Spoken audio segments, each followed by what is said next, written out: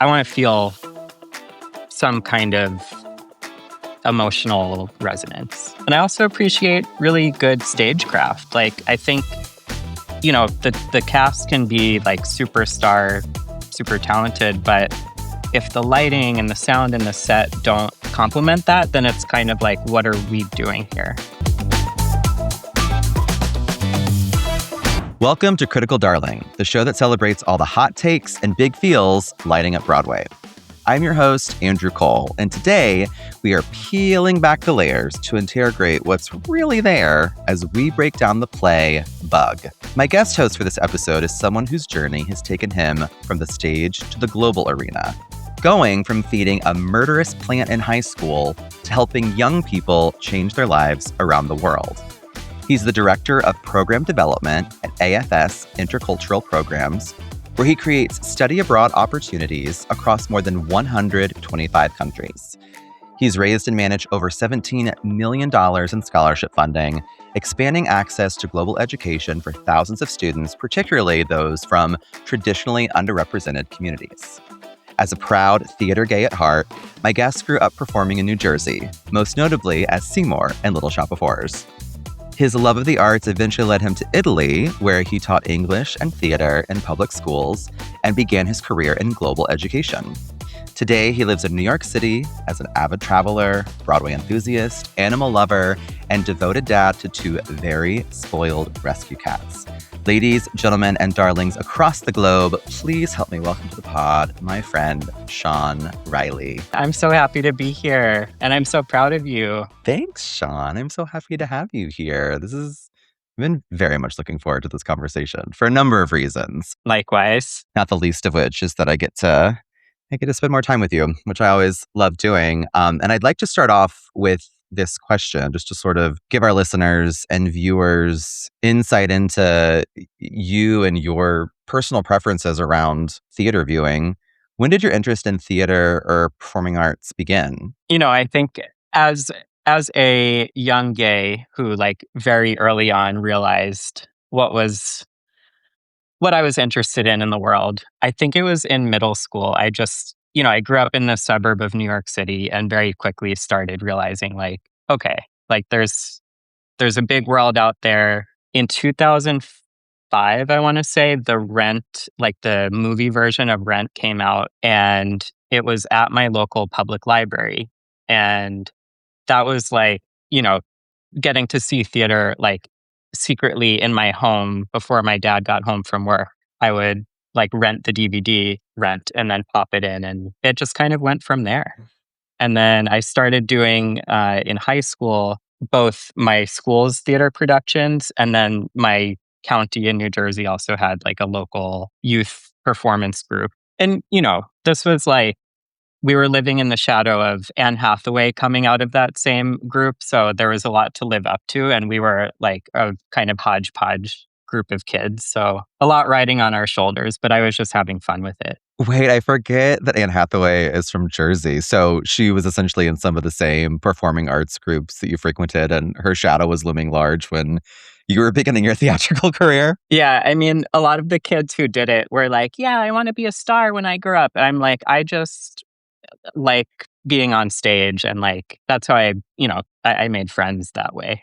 So I don't think I went in with the same pressure, but a lot of the kids were vying for lead roles each show. You weren't trying to book a title role in a Disney film starring Julie Andrews, so to speak. No, I was not Tanya-ing any of my peers to get the roles that I wanted. I mean, I would be kind of obsessed if that were the case, but I'm not surprised that you were being more level-headed about it. It's funny, so you and my husband both have in common that y'all grew up in Jersey, and you have lots of experience in community theater, which I think is so wonderful. So many of us who love theater and Broadway now started in community theater. Rent is so interesting because my husband saw the original Broadway cast of Rent, I think probably multiple times, and it was actually a really formative musical for him and some of his friends. I, like you, I was aware of Rent when it was in its heyday on Broadway, but I didn't actually see it until the film came out. And my husband thinks it's Mhm. blasphemy because he's such a purist to the Broadway recording, but I actually know the movie recording better than I know the Broadway recording, which I think any of our listeners who are tuning in who know the Broadway recording probably thinks that's blasphemy. But I feel a kindredness with you that like we Yeah. grew up with that version. It's not a bad recording. I actually like the Cast album. No, I like Darlings, Don't Come For Us. It's like it was what was accessible to me. I think I was like maybe 12 when it came out. So, I started seeing Broadway shows when I was 13 probably. But I think that like lit a fire under me of like, oh, I should really see what else is out there. And then at 13 I started going into the city on my own, and I would do rush tickets, or sometimes my aunts would spoil me and take me to a show. I saw Beauty and the Beast probably 4 times on Broadway. So, yeah, it was like a very formative moment in life. That's beautiful. So, fast forward to today, being the mature, seasoned theater goer that you now are, what are things that you seek out or like in live performances that you're seeing these days? I really appreciate when you can tell that someone's heart is in what they're doing. I want to feel something from the people on stage, right? Regardless of the content of the show, I want to feel the energy that they're bringing. But that said, like I'm pretty open minded with a variety of content. Like it could be something that's totally farcical and I'm just looking to laugh the whole time, or it could be something where I'm like sobbing at the end and walking away questioning the meaning of life, right? Like all is fair, but I want to feel some kind of emotional resonance. And I also appreciate really good stagecraft. Like I think, the cast can be like superstar, super talented, but if the lighting and the sound and the set don't complement that, then it's kind of like, what are we doing here? So I just really appreciate like all of the different odds and ends that go into putting a production together. Those are such great responses. Thank you for sharing that. And I agree with you on the feeling something part, the first half of your answer. And I find that as I ask that question to all of my guests that come on, I continually reformulate and reconfirm in my head what I like about shows. And I find that it differs often from plays to musicals. So I'm excited that this is a play Hmm. that we get to talk about today. Before we dive into it, my last question for you, based on your work with AFS that I continue to be so impressed and inspired by whenever I get a chance to hear about the work that you're doing and driving in communities around the world. I'm so just even more enamored with you than I already was. So thank you for uh, doing the work that you're doing. But it made me wonder, have your world travels, which are quite extensive at this point,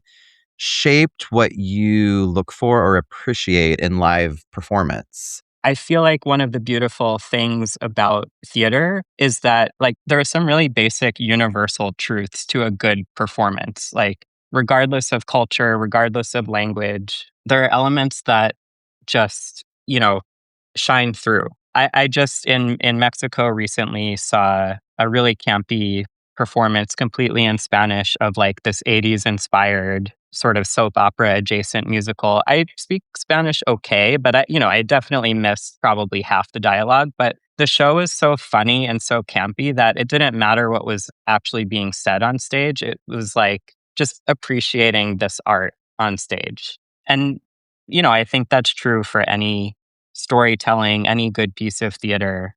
Like it's meant to there's a connection that is made somehow, some way. I guess the short answer is no, but because of this sort of like universal thing that brings us together as humans. I think that's incredible. And the more you talk through it, the more I logic that, yeah, that makes sense. It's less that your world travels make you look for different things in theater. It's more that theater and live performance in general is something that you relate to and appreciate as a human. And it's something that you seek out in all these places you go, and how cool that that can be one of the common threads amongst humanity and the various places that you get to visit. So I appreciate you sharing that perspective. So let's go ahead and set the stage for our listeners on this show that we're talking about today. Bug is a play by Tracy Letts that premiered in 1996 at the Gate Theatre in Notting Hill, London. It made the trip across the pond and played several engagements here in the US in the early aughts before making its way off Broadway for a run at the Barrow Street Theatre in 2004. The story centers on a lonely Oklahoma waitress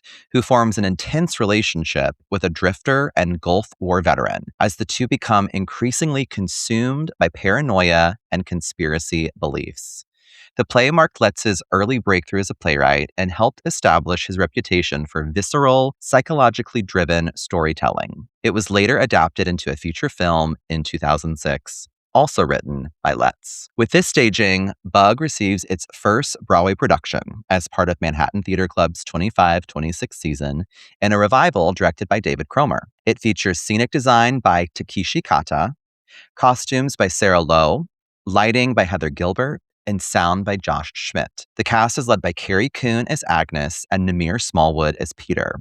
Supporting roles are played by Steve Key, Jennifer Engstrom, and Randall Arney.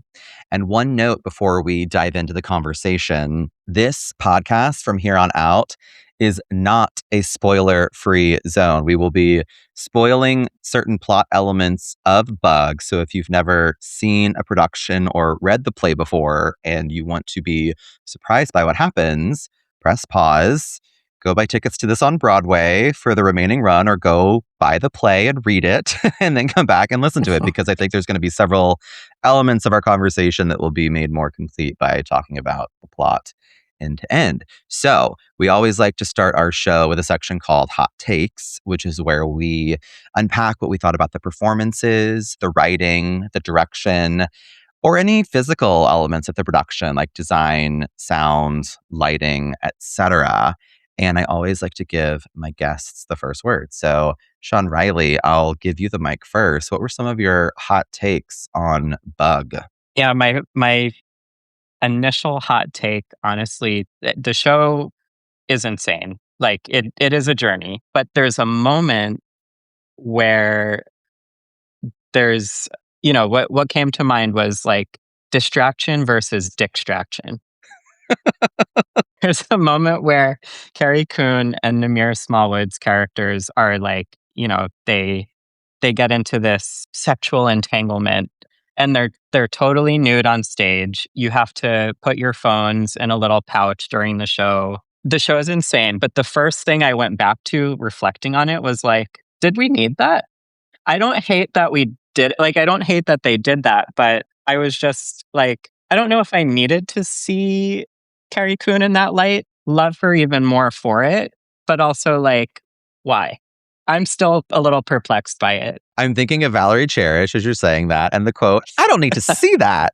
I don't need to see that. I don't disagree with you. It's funny because another play that was on Broadway this season that I'll talk about on a later podcast is the play Liberation, and that featured extensive nudity in it as well. And I think that it was sort of a non-event for me in the sense that I knew it was coming, and they did make us put the phones in the yonder pouches, which honestly, sidebar, I kind of just wish all Broadway shows would do. Like, I wish it didn't take full frontal nudity to have everyone lock away Be your phone, because we got to see this show together, which that's a whole other story of like at the end of this show, because it is so insane. I was very intentional about trying not to share too much with you because I wanted to save it for this conversation, but there was so much that I wanted to talk about immediately. And the force putting of the phones in the pouches before, I think, has a number of kind of wonderful, maybe unintended side effects of you get to be more present with the person that you're seeing the show with.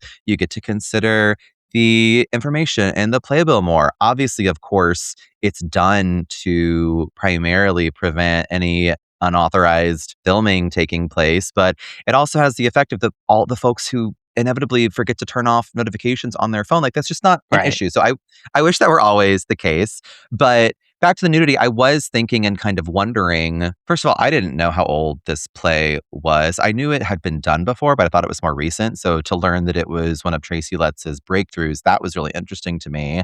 And I kind of wondered and thought through, oh, was nudity such a big deal in the West End and off Broadway versions of this? And then I learned about the movie, and I haven't really looked up on that, but I'm like, is there so much nudity in that? Like, it did sort of seem like very specific. And like, I don't think that I needed that to have the full impact of this play, but it did seem to be quite prominent and meaningful to the piece, so much so that they were super naked for like 10 plus minutes. And to be clear, my reflection is not from like a prudish standpoint by any means. Like No. I celebrated it. I mean, Namir is a handsome guy. Like I was, I was looking at that bod and kind of not really paying attention to the dialogue, if I'm being honest. Like people sleep naked, so it makes sense. They just had this like love entanglement moment. So it was a choice, but it definitely was like, oh, okay. And I didn't expect it. Like I assumed something would happen because we put our phones in the pouches, but I didn't know exactly what it would be. And I agree with you. Like putting your phone in the pouch before the show makes it feel more like an experience, right? Like you're walking into something, there's sort of this like collective coming together when everyone's phone is put away. So from that sense, yeah, more shows should do that. Like, no tits need to be out for that to happen. I welcome it. I agree. I agree. You're talking about that. Carrie Coon and Namir Smallwood they're the two primary characters in this play, Agnes and Peter, I believe. Hmm. And they are both very good in this show. All five of the actors in this play are very good in this show.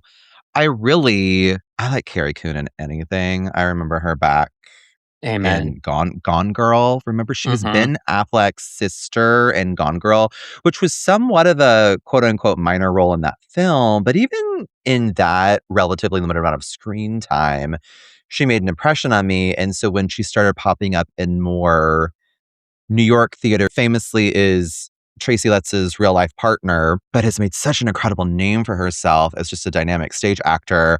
Pretty sure I got to see her in the Who's Afraid of Virginia Woolf revival that came from Steppenwolf and they did Mm, years ago. I was very impressed by her in that. And then she started popping up, obviously, in so much more prestige TV, The Leftovers, The White Lotus, The Gilded Age. She is right. consistently working. And I think it's so compelling and also just telling of her talent that she wants to come back to theater. She wants to keep engaging in the live version of this art form. And listen, you have a lot of stage and film stars who try and do Broadway to varying levels of success. And by that, I mean, they're either convincing on stage and can hold a room or they can't. And Carrie Coon can certainly hold a room. She's Yeah. phenomenal in this. Her presence is just so striking. And she has a wide range. Like one of the other hot takes I had was like the little sort of moments of levity sprinkled throughout this otherwise really intense show. And she's so good in a lot of roles she's played at delivering these little ticks or quips or like expressions that are so effective and so masterful.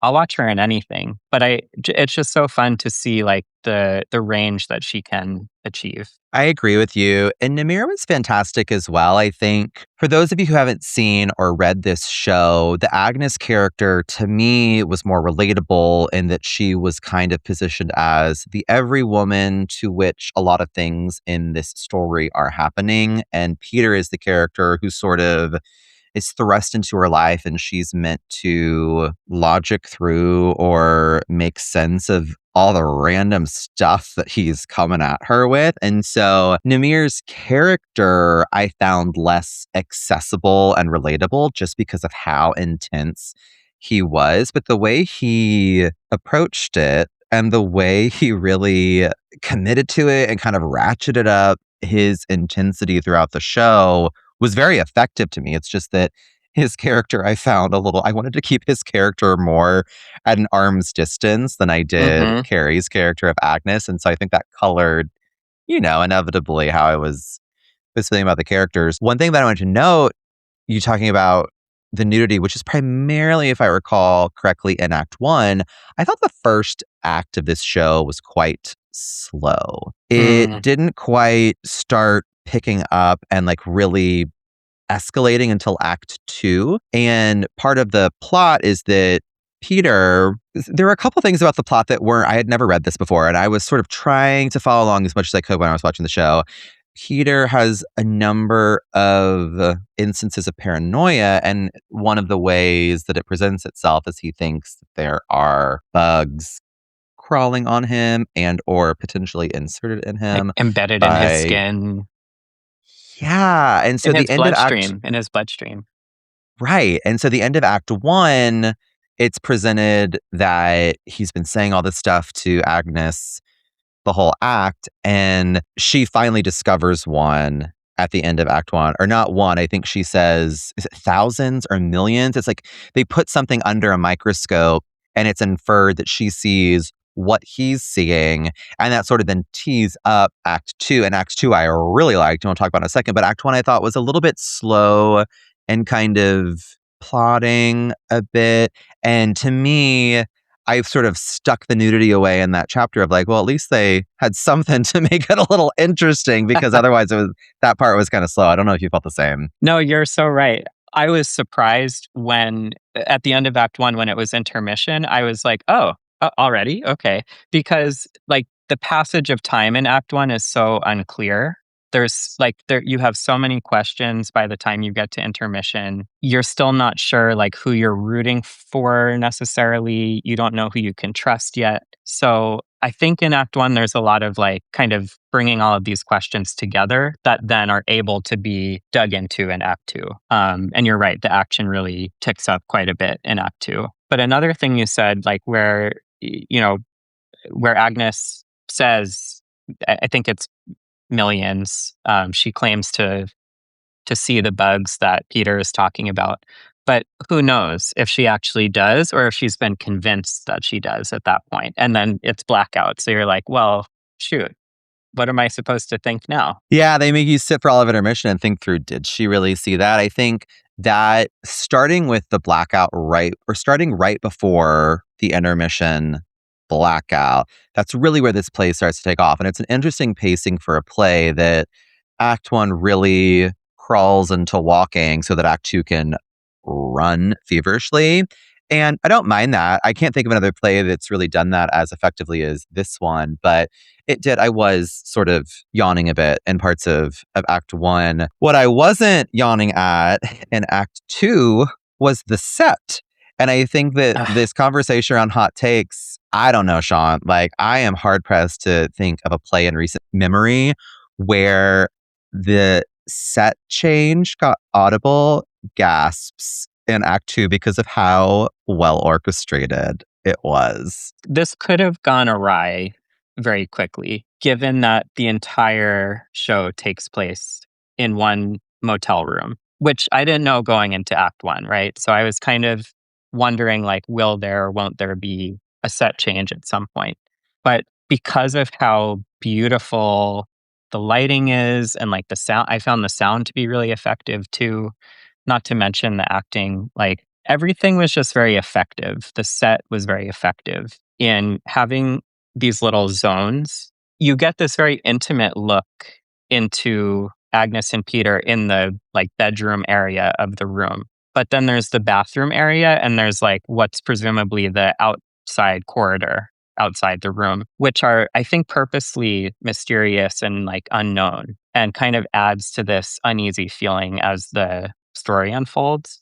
So I just like it was just so tastefully and thoughtfully done. I thought to bring all of that tension in out of and otherwise what could have been like a Holiday Inn Express room. I fully agree. I'm glad you mentioned the lighting because I had made a mental note in my head of that. There are a couple of moments I want to say in the first act where Agnes is looking out the door and the window, and there's this really beautiful crimson sunset effect given that felt very moody and very appropriate to setting the vibe in those scenes. Mm. So the lighting was very well done. And then yeah, Act Two. Something that I was remembering as you were talking about that was, so Carrie Coon says this line that leads into intermission, and you're left pondering intermission. House lights were obviously up at intermission, and members of the production crew were visible on stage. There's no curtain. And so you see them resetting parts of this motel room set to precipitate whatever's going to happen in Act Two. And the long and the short of it is, it was a normal, nondescript motel room in Act One. In Act Two, there are just many hundreds of examples of, think microscopes, think detectors around the room, think things that a paranoid couple would put in place to track and or remove these bugs. And so you kind of get to spend the intermission as an active participant, seeing and thinking through, okay, what are they doing here? And then Act Two starts, and of course, they're getting increasingly paranoid with the level of infestation of these purported bugs. And the audible gasps come when there's a blackout. I want to say there were two of these. There was at least one, but I want to say there were two where there's a blackout. It cannot be more than 5 seconds. And the lights come back up, and the set is completely covered in aluminum foil, hazmat style. And you're just left to think, how the hell did they just do that? Like it gets dark enough and you can kind of see movement happening and something happens quickly, but they must have completely separate walls for this show that they very quickly pull out and push back so that when the lights come back up, it's inferred that it's, several days or some time has passed later.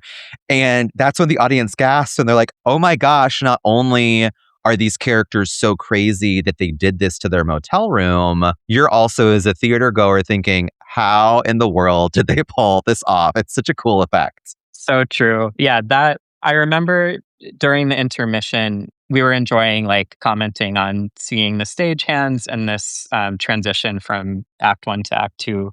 And they're setting up this sort of doomsday prepper vibe. And then there's that very effective transition. And you hear a gasp from the audience because some stage magic happened and you're like, oh my God, it just gets more and more deranged throughout the run of Act Two. Deranged, truly. And I think that's probably a good segue into Big Feels as we're sort of segueing to talk about Act Two. And I like how you said Doomsday Prepper, because I think we're going to get into that a little bit. But Big Feels is where we dig a bit deeper to talk about the show's underlying meaning, themes, or really what we left the theater thinking or feeling. So, Sean, what were some of your feels after leaving the show? I feel like it's a bit of a loaded question with this psychotic of a plot, but I'd love to know. Yeah, there were many feels. I didn't know when the show was written. I went back and read more about it after seeing it. So I think you said it was written in 95 or 96. Yeah. Which makes sense given the post-Gulf War plot point that Peter's character brings to the table. But one of the things that immediately struck me is how now the show feels like it could have taken place in 1996 or now. There's not a whole lot of technology that ties it to any one specific era within the past few decades, other than maybe a landline phone, but that's not so out of the ordinary. And I think, given that it brings in conspiracy theories, it brings in this kind of doomsday prepper, I need to take control of this situation, those feel very US American. And that is something that I've discovered throughout my world travels is things that are so uniquely US American that I think we don't realize how pervasive they are in culture sometimes. But this, Big Brother sort of government surveillance thing that makes its way through a lot of American media. It felt very resonant with the administration that we're living through and how pervasive conspiracy theories are now, mistrust in government, whether right or wrong. So I could totally, it made sense right away why this production would come back to stage. It feels very, unfortunately, relevant for the time that we're in. Yeah, I'm so in line with this first big feel that you had? Because I felt the exact same way. I think I was a little less, just being totally transparent. I didn't pay attention in the first act enough to pick up on the clarity that he was a Gulf War veteran. I kind of was like going in and out of attentiveness to it, but I clocked that he was some sort of armed service member. And I also understood that he, at least according to himself, was under some sort of government surveillance. And he was under the impression that they were following him and had done some sort of awful acts upon him in the name of science. And I wasn't able to tether it so specifically to early 90s. And so during the play and then afterwards, until I honestly read up to, make the notes for this episode, I was sort of treating it like Tracy Letts's allegory for MAGA America, right? Mm-hmm. Of conspiracy theorists and people who have a broad distrust of federalized authority, and really the echo chamber that can happen when you're in small groups of people who kind of just feed on each other, and there's one sort of dominant personality or line of thinking and another more impressionable line of thinking or personality, and then they just sort of act like kerosene on fire. Not to spoil the end of the show, but No I spoilers. no spoilers. Actually, we will get there in a second. But I was really taking that, and so it's so interesting that you Yeah. say that, because I was so clearly like, oh, well, that's what Tracy Letts meant when he wrote this. And then to learn that it was written in the 90s, it's cool to look back and see it is as resonant today as I'm sure it was back then. But it also made me think the podcast episode that I recently did on Marjorie Prime, that's another instance of a play that was written in the case of that one 10 years ago. And that company, Second Stage, decided to bring it to Broadway this year because presumably in some part because it has themes towards AI and Right. machine learning. And I was thinking of the same thing for MTC with this one, that in addition to it being Tracy Letts never had this play on Broadway before, and Carrie was involved, which were both great marketing appeals for this show, it does seem very timely, and it felt from a dramaturgical standpoint like the right time to be retelling this particular story in our society. Any period in American history post like Vietnam War where there starts to be themes of like, surveillance, experimentation on soldiers, the sort of cultural awakening of government corruption. Like, I think this show is still relevant now and could still be relevant decades from now if we don't get our act together. And the other thing that's making me think about too, drawing parallels to what we've got going on today, I want to just quickly rattle off the supporting characters. So Steve Key plays Jerry Goss, which, keep me honest, he is Agnes's estranged ex-husband or estranged husband. And then Jennifer Engstrom plays RC, who is her friend. Randall Arney plays Dr. Sweet, who that character's identity still is quite mysterious to me on if he actually was who he said he was. But Mm-hmm. all three of those characters, they play kind of different functions in Agnes's story, with Jerry sort of being this, he seems to be a deadbeat. He seems to be someone who did not do right by Agnes, but is still kind of a hanger on in her life. But I think overall doesn't wish her to, I have no reason to believe that he wished her to fall down the path of conspiracy theories. So he's kind of like an antagonist in a way, but not like the real antagonist. And then RC, her gal pal, she's maybe like the most virtuous example in the show. You see her in both acts, and she's kind of trying to convince Agnes, hey, you've gone off the deep end with this guy who is also crazy. And she's Mm-hmm. trying to pull her back to reality. And she's just not, she's so blinded by her affection for him and the fact that she finally has some real love and acceptance in her life that she goes along with Peter's delusion. But I think that RC character is a really important one in this allegory of delusion. And then that Yeah. Dr. Sweet character, which I don't even know what to think of him. Like, he was crazy. Yeah, you bring up a good point that even though they have smaller roles in the plot, they kind of say the things that are unsaid in getting to better understand Agnes as a character, right? So like Jerry kind of represents this emotional and presumably physical abuse that she went through as his spouse. It's unclear where their marriage stands. I think you're right that he's her ex, but he's clearly getting out of prison, coming straight back to her, and then taking money from her right away. I think represents that cycle of abuse that she's stuck in. RC is this kind of like, you want to root for her and like you want her to help save Agnes, but then when they cut ties, you realize like, oh, like there's, no holds barred at this point. She's kind of like the loss of reason. And then Dr. Sweet, I still don't know either. Like What's going on with him? part of me wondered, is he even real, or is he like some like covert ops, government stand-in? Was he a fantasy made up by Peter, and then he's some like, does he ever enter the room at all?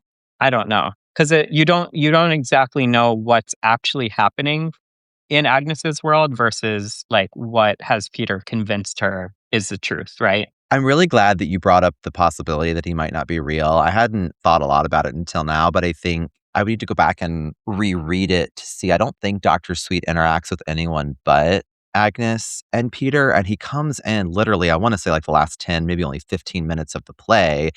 And to start giving away some of the ending, he meets a very bloody demise. Like there's some real ick moments at the end. There's a couple ick moments earlier when like Namir as Peter is like literally extracting a tooth or a bug from his mouth, which is disgusting. But then at the very end, when Dr. Sweet comes in and he's convinced that he is the doctor that originally sat over his case when he was an imprisoned war test subject, it escalates very quickly and he shoots him off stage with like blood splattering everywhere. So it's this very violent, visceral ending that happens. And I kind of do wonder now, as real as that fake blood was on stage, was that all in his mind? Like when he comes to the door of the motel room and introduces himself, it is sort of in this eerie, otherworldly context where you're kind of wondering, are you actually who you say you are? Are you just a figment of these two increasingly crazy people's minds? I don't know. This ties back into the set being so effective. You're in this intimate motel room setting, which I think is meant to be a representation of the deterioration of Agnes's and maybe collectively Agnes and Peter's minds, because it just gets like more and more unhinged. I want to think that what's happening in that room is like physical representation of what's happening in her mind. I think that's a really good point. It was certainly what was happening in my mind as I was watching them go through all that. And then after he kills Dr. Sweet and it just sort of sprints to the end. This is an interesting callback to your first hot take about the nudity. The play ends with them stripping off all their clothes, Mm. pouring some sort of flammable liquid around the room, lighting a match, and they both explode. And I wonder, it's a very resounding ending.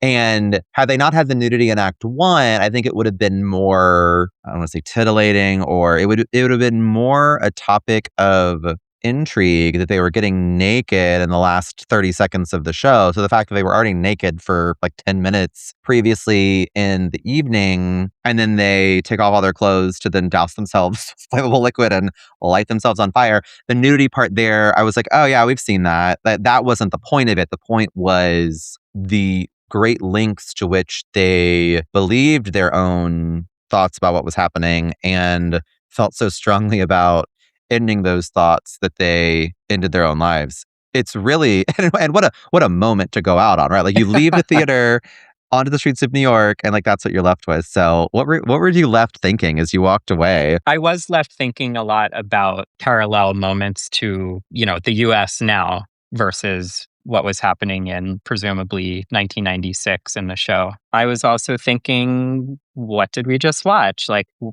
I actually didn't. You're right. I didn't even remember they were naked again in the second act because so much happens in the last 2 minutes of the show that it's kind of like sensory overload. So I didn't even clock that they were naked. Yeah, I was thinking not only about the parallels to the US now, and this sort of like overwhelm of conspiracy and people trying to show that they know best over the government or the powers that be. I was also thinking, who am I rooting for here?